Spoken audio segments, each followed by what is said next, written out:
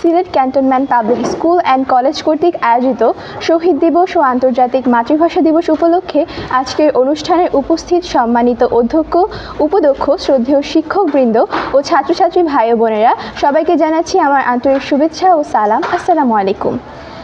21 আমার পলাশ শিমুল কৃষ্ণচূড়ার ফুল, 21 আমার শহীদ ভাইয়ের রক্ত নদীর কুল, 21 আমার প্রতিবাদের বজ্র কঠিন ভাষা, 21 আমার বেঁচে থাকার পল্লবিত আশা।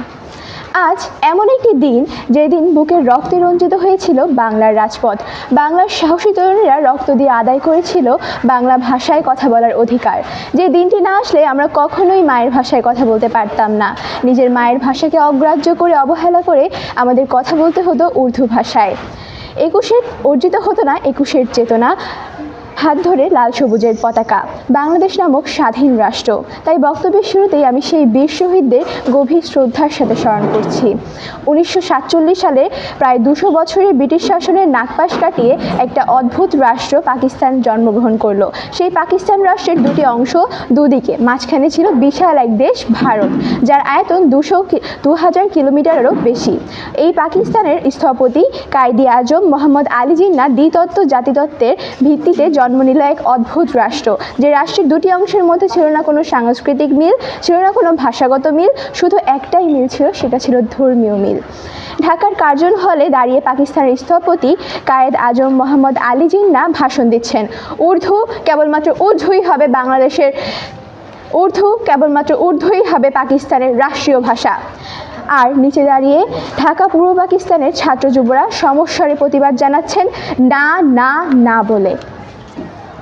আর মাত্র 4 বছর পর 1952 সালের 21 ফেব্রুয়ারিতে এই প্রতিবাদ তীব্রতার সাথে পৌঁছালো। সেদিন 1934 ধারা অমান্য করে ঢাকা বিশ্ববিদ্যালয়ের বহু সংখ্যক ছাত্র, অসংখ্য মানুষ ও প্রাগৈতিহাসিক বেশ কিছু রাজনৈতিক কর্মী মিলে বিক্ষোভ মিছিল শুরু করলো।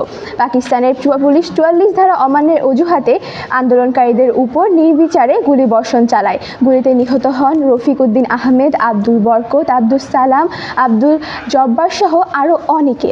1952 সালে চট্টগ্রামে মাহবুব আলম রচনা করেন বাংলা ভাষা আন্দোলন নিয়ে প্রথম কবিতা কাঁদতে আসিনি, ফাঁসির দাবি নিয়ে এসেছি।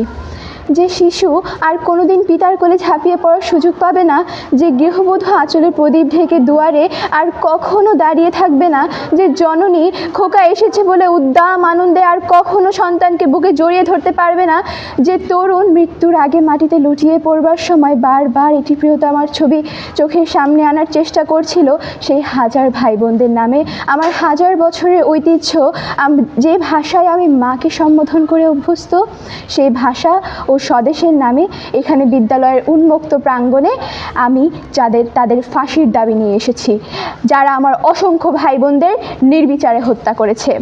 ভাষাভিত্তিক একটি জাতি হিসেবে বাঙালি জাতির আত্মপ্রকাশের ইতিহাসে 21শে ফেব্রুয়ারি যথার্থ একটি মহত্তম দিন। 21শে ফেব্রুয়ারি উদযাপিত হয় সারা বিশ্বের পৃথিবীতে।